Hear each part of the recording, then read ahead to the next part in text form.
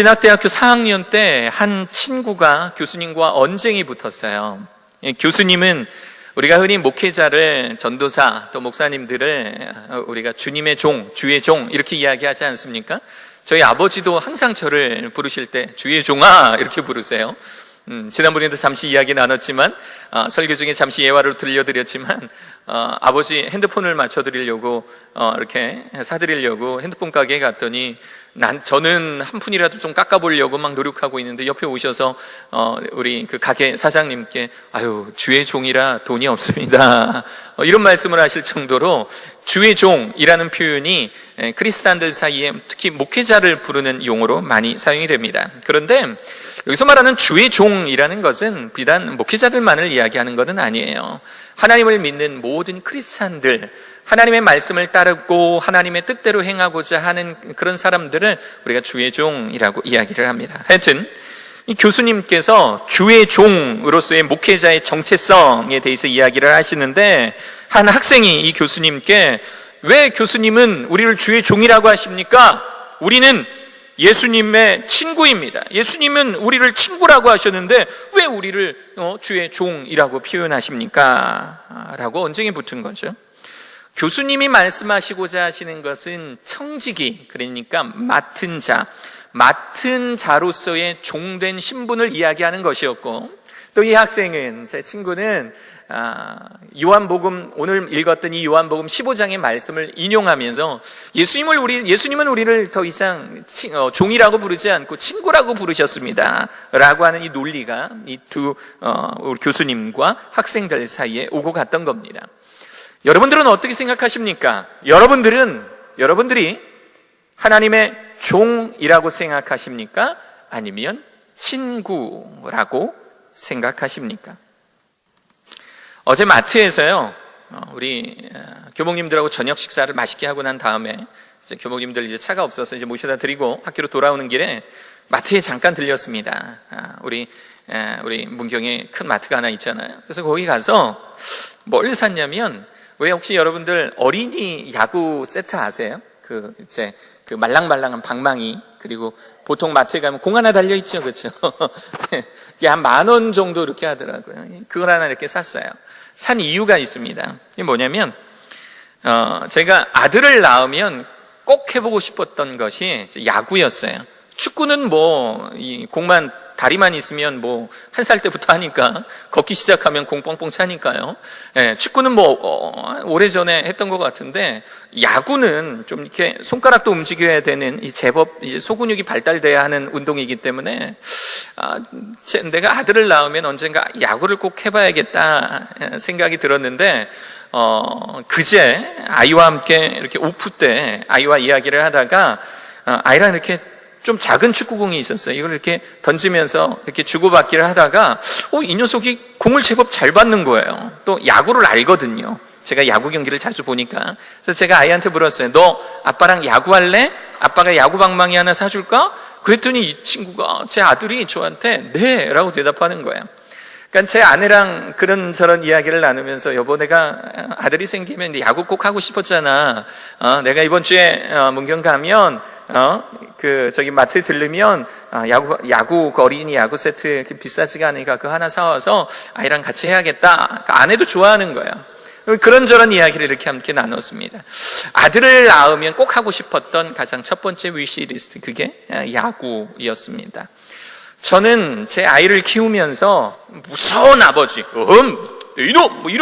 이런 아버지가 되는 거는 별로 좋아하지를 않았습니다. 저는 제 아이와 친구 같은 그런 관계를 원했었어요. 그래서 이 아이가 하루 동안 어떤 일이 있었는지 어린이집 다녀오면 그냥 좀 이렇게 들어보고, 또 이 아이의 또 삶에 대해서, 나름의 이 6살 아이의 삶에 대해서 한번 좀 들어보고 즐겨 듣고, 또 반대로 저의 삶도 이 아이가 이해할 수 있는 수준에서 좀 이야기를 해주고, 그리고 제가 아이가 자라는 그 과정, 이 아이의 나이 때 아빠는 어떻게 살았는지에 대해서 아이에게 좀 이렇게 이야기를 해주고 싶은 거예요. 그래서 마치 친한 친구끼리 만나면 자연스럽게 이야기하고 즐겁게 이야기하는 것처럼, 그런 친구 같은 아빠, 그런 친구 같은 아들, 그런 사이가 되고 싶었습니다. 그런데 그렇다고 해서 제 아이와 제가 친하다고 해서 어느 누구에게도 제 아이를 소개할 때 아유, 제 친구입니다, 이렇게 인사시키지 않습니다. 아이도 저를 가르쳐서 친구들에게 예를 들어서 놀이터에서 놀고 있는데 제가 제 아이 놀고 있는 놀이터를 찾아갔어요. 그랬더니 제 아이가 저를 보더니 친구들한테 애들아 인사해, 내 친구야, 좀 크지?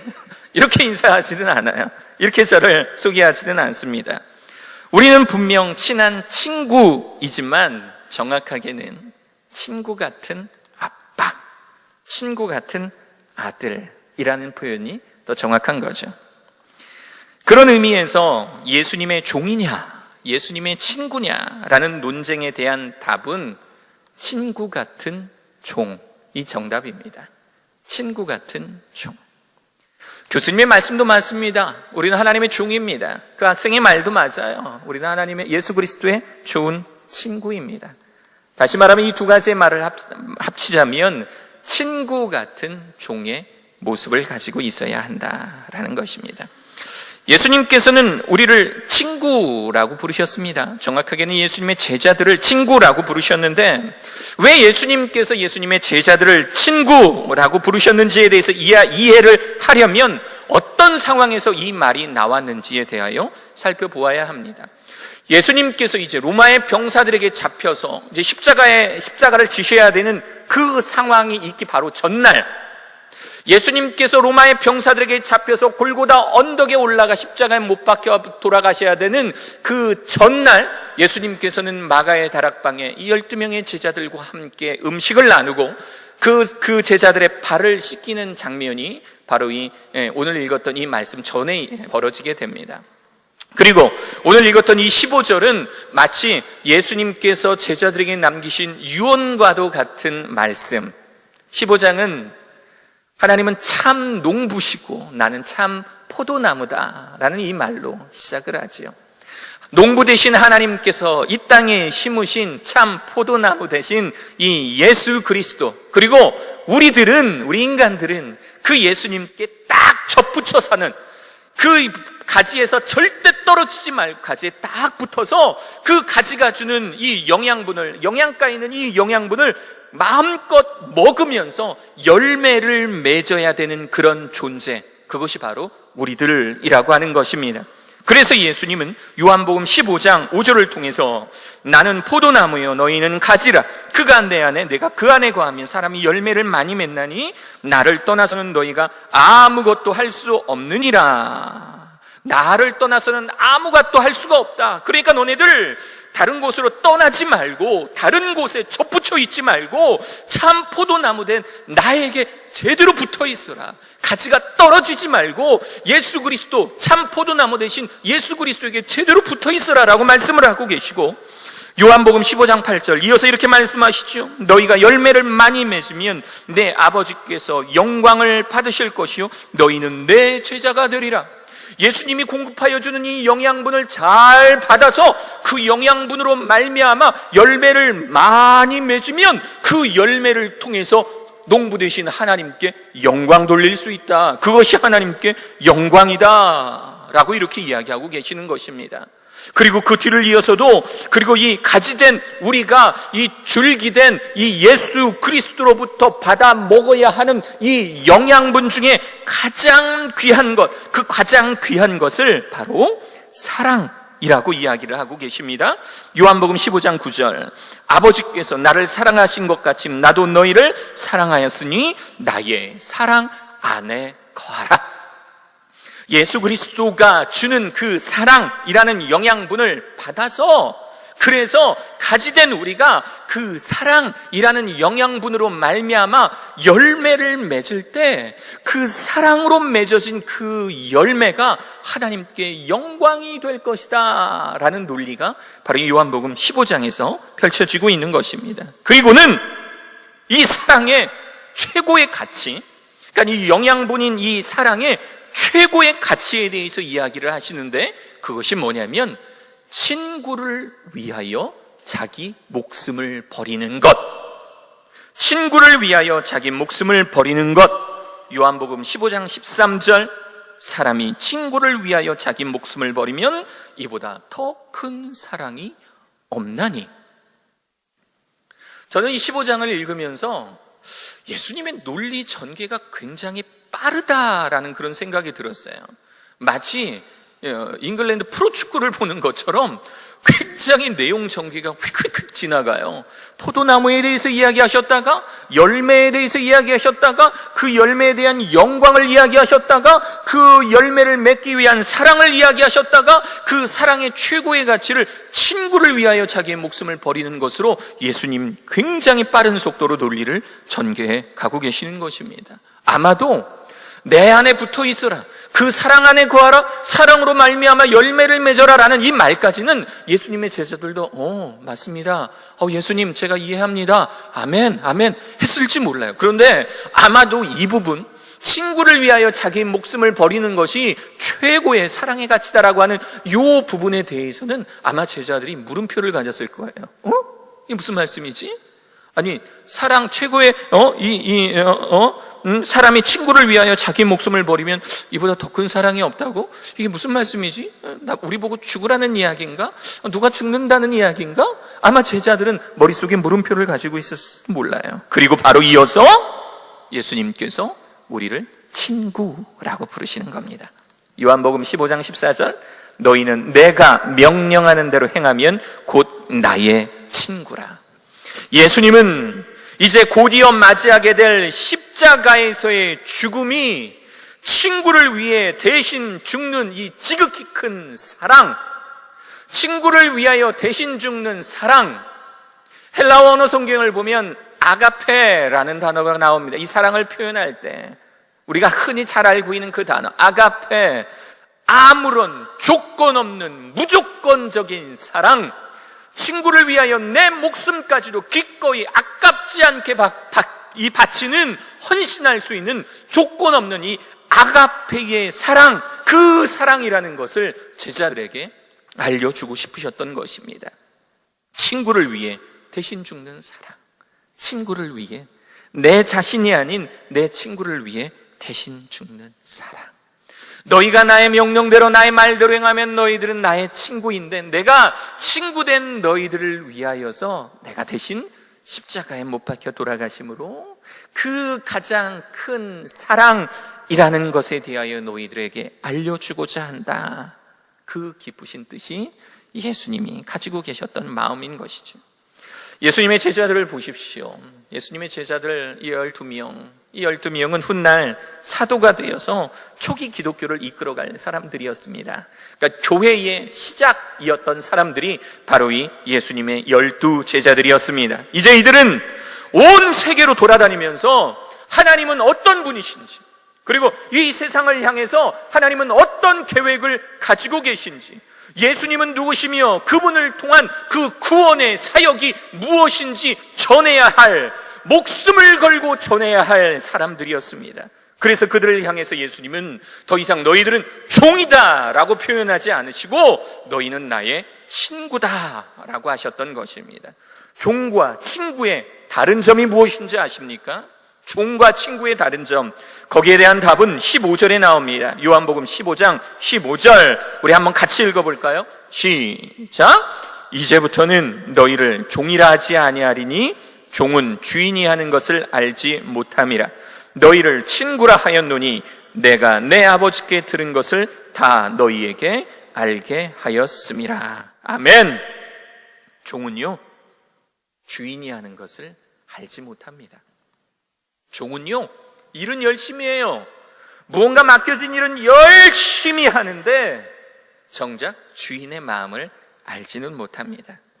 단순히 시키는 일은 열심히 하는 사람입니다. 그러나 그 일에 대한 자신의 이 벅차오르는 감정, 이 소견이나 감정 없이 단순히 일만 하는 사람을 오늘 예수님은 종이라고 표현하는 것입니다. 그 일은 단순히 나에게 업무일 뿐이지, 맡겨진 일일 뿐이지, 그 일과 자신의 비전, 자신의 미래를 동일시하지 못하고 있는 존재, 그 존재를 바로 우리는 종이라고 이야기를 합니다. 제가 군대에서 제대하고 난 다음에 아르바이트를 좀 하고 싶은데 돈을 좀 많이 벌고 싶었어요. 저희 집이 그렇게 부유하지 못해서 학교에 이제 복학을 하고 또 책도 사서 또 생활을 하려면 좀 돈이 있어야 되겠더라고요. 그래서 아버지께 여쭤봤습니다. 아버지 친구분 중에 혹시 제가 일할 수 있는 곳이 없을까요? 왜 그러냐? 그래서 이렇게 말씀을 드렸더니 아버님께서 저희 아버지 기특하다 그러시면서 기특한 저에게 우리가 흔히 말하는 노가다, 막노동을 소개해 주셨습니다. 그래서 아버지 친구분의 아들이 소장으로 있는 대기업이었어요. 이 건축회사, 지금도 있습니다. 그 큰 건축회사가 막 이제 공사를 하는 서울 테헤란로에 보면 선능역이라고 있거든요. 그 선능역 옆에 새로운 신축 빌딩 20몇 층짜리 이 건물을 짓는, 아주 높은 빌딩을 짓는 그 이제 공사 현장에 막노동꾼으로 들어가게 되었습니다. 거기서 주로 했던 거는요, 이제 빌딩을 지으면 빌딩이 이렇게 넓은 공사 현장이 아니라 협소하잖아요. 그러니까 그 안으로 이제 2인 1조 또는 혼자서 이제 무거운 거, 철근이라든가 여러 가지 건축 자재들을 옮기는 역할이었어요.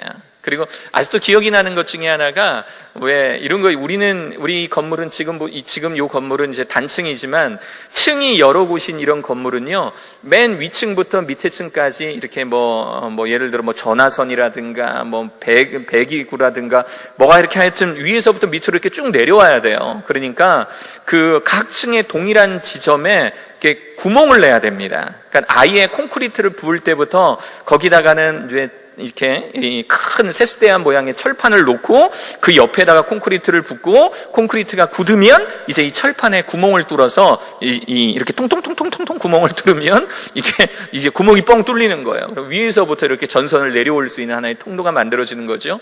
그걸 수작업으로 했습니다. 망치와 정으로 그거를 막 이렇게 두들기는 그런 일도 그렇게 했었던, 나름대로 재밌는 그런 일이었었습니다.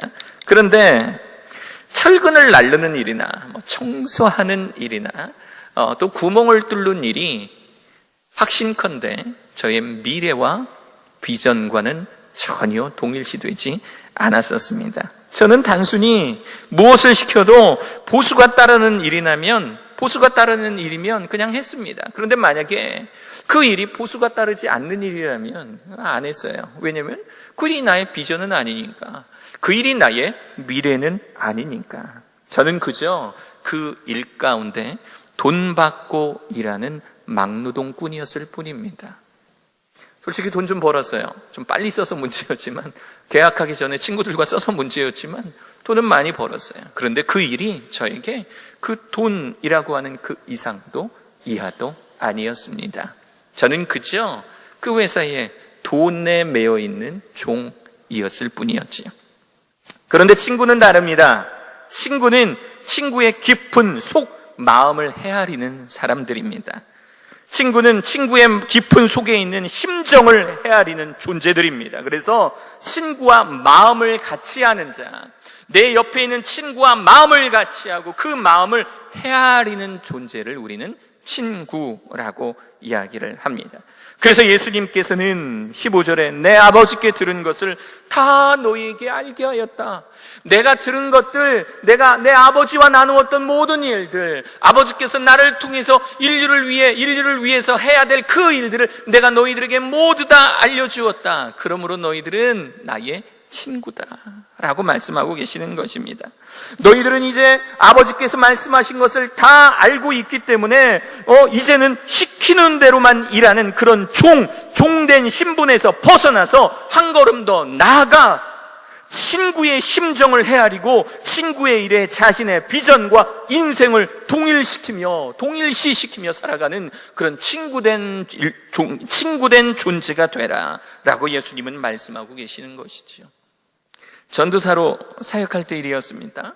제 옆에 굉장히 정말 헌신적인 그런 친구가 있었어요. 저보다 나이는 한 몇 살 어린데 이 청년이 굉장히 저하고 잘 맞았던 친구입니다. 이 청년은 제가 만났던 때가 청소년 선교단체, 어떤 청소년 선교단체 봉사 현장에서 만났는데 차츰 교제하다 보니까 서로 코드가 맞는 거예요. 저도 220V고 그 친구도 220V더라고요. 그래서 코드가 이렇게 잘 맞는 그런 느낌이 들었습니다. 근데 그 이후로도, 그러니까 봉사활동이 있는 그때 이후로도 제가 사역하는 그 사무실에 자주 이렇게 놀러 와서 제 일도, 자질구레한 일도 도와주고, 또 자질구레한 일을 하다 보면 또 큰 일도 도와주게 되잖아요. 어느새 제가 하는 큰 일 옆에서도 항상 제 옆에 붙어서 저를 위해서 함께 일해주고 있게 되었습니다. 이 친구랑 참 깊은 교제가 있었던 것 같아요. 제가 한 번도 제가 사는 자취방, 교회 옆에 자취방이 있었는데 누구에게도, 그 어떤 누구에게도 제 그 자취방의 비밀번호를 알려주지는 않았는데 그 친구에게는 알려줬어요. 그래서 어느 날 교회 사역 끝나고 가보면 그 친구가 대학생이었기 때문에 대학교 끝나서 목사님 피곤해서 왔어요. 그리고 그 친구가 저보다 먼저 와서 잠들어 있는 거예요. 야, 씻고 자! 뭐 이랬던 그런 재미있는 그런 추억들이 있는 그런 친구입니다. 저는 적지만 보수를 받고 일하는 교회의 사역자였고, 그런데 그 친구는 전혀 보수를 받지 않는 상황이었음에도 불구하고 오히려 저보다 저의 일에 더 많이 신경 쓰고 저를 위해서 더 노력해 주었던 그런 친구였습니다. 나이 차이가 67살 이상 차이가 났지만 정말 친구 같은 존재였습니다. 저의 마음을 헤아리고 제가 시키는 일만 하는 것이 아니라 그땐 전도사였으니까 고용은 전도사님이 이걸 원하겠구나, 고용은 전도사님이 이걸 시켰는데 원래의 속마음은 저것이었겠구나, 한 걸음 더 나아가서 종이 아닌, 일꾼이 아닌 친구의 심정으로 저의 일을 도와주더라고요. 이것이 바로 친구, 이것이 바로 진정한 친구라는 것입니다. 사랑하는 여러분, 오늘 예수님께서는 이 요한복음 15장을 통해서 예수님께서는 친구를 위하여 자기 목숨을 버리시겠다라고 말씀하셨습니다. 예수님은 친구를 위하여 목숨을 버리셨는데 정작 우리는 예수님의 친구가 아니라 예수님의 종으로 살아가고 있는 오류를 범하고 있지는 않으십니까? 예수님께서는 친구를 위하여 자기 목숨을 버리셨는데 우리는 예수님의 친구가 아닌 아직도 종의 신분에서 벗어나지 못하고 종된 모습으로 예수님을 따르고 있지는 않습니까? 사랑하는 여러분, 여러분들은 지금 예수님의 종입니까? 아니면 친구입니까? 하나님은 우리가 하나님의 일을 할 때 종의 모습을 갖고 일하는 것을 원치 않으십니다. 이유도 모른 채 그저 먹고 살기 위한 도구로 기타 인간적인 이유로 이 사역에 임하고 있다면 우리는 종으로서 살아가고 있는 것입니다. 아마 우리나라 학교 중에 글로벌 선진학교만큼 일이 많고 또 학생들도 보면 정말 바쁘게 살아요. 이 아이들하고 당최 10분을 만나서 이야기할 수 있는 시간이 없을 정도로 학생들도 굉장히 바쁘게 살아갑니다. 그런데 여러분, 이 자리에 앉아있는 우리 학생들, 또 우리 교직원들, 그리고 우리 성도님들께 말씀을 드립니다. 우리는 그 바쁜 우리들의 일 속에서 예수님의 종으로 살아가는 것이 아니라 나에게 이 일을 주신 하나님의 심정, 나를 이렇게 바쁘게 하신 그 하나님의 심정, 내가 이렇게 열심히 공부해야 하고 내가 이렇게 열심히 피땀 흘리며 태권도를 해야 하는, 야구를 해야 하는 그 이러한 막중한 사명을 주신 그 하나님의 그 깊으신 뜻을 이해하는 친구로서 살아가는 여러분 되시기를 바랍니다. 저는 우리가 너무 바쁠 때마다 걱정됩니다. 지금도 신앙관에 문 도색하는 일로 그냥 이 주일 오전부터 나오셔서 이 잔디 깎으시는 일로 수고하는 우리 행정부 우리 직원분들을 보았습니다. 정말로 수고하고 노력하십니다. 근데 저는 한편으로 저 일이 종된 마음으로 일하지 않기를 마음속으로 진심으로 축원합니다. 저 일들이, 우리가 바쁘게 살아가는 이 일들이 이제 앞으로 2학기가 되면, 가을 학기가 되면 더욱더 바쁘게 살아가야 될 우리들의 환경이, 우리들의 삶이 종된 마음으로 막연히 내 삶의 수입을 위하여서, 인풋을 위하여서 일하는 그런 종된 신분으로 살아가지 않기를 간절히 바랍니다. 예수님과 교제하고 나를 향하신 하나님의 뜻이 무엇인지 깊이 묵상하고 지금 내가 서 있는 이 자리에서 오늘 하루의 삶 속에서 하나님은 나에게 무엇을 원하시는지 말씀 속에 깊이 들어가 그 하나님께서 나에게 뭐라고 말씀하시는지 듣고 그 마음을 헤아려 친구로서 살아가실 수 있는 사랑하는 여러분 되시기를 간절히 바랍니다. 종으로서 돈 많이 벌고 공부 잘하면 뭐합니까? 종인데 내가 지금은 부족하고 내가 지금은 가진 것 없지만 예수님과의 친근한 친구의 관계로서 행복하게 살아가실 수 있는 사랑하는 여러분 되시기를 간절히 축원합니다.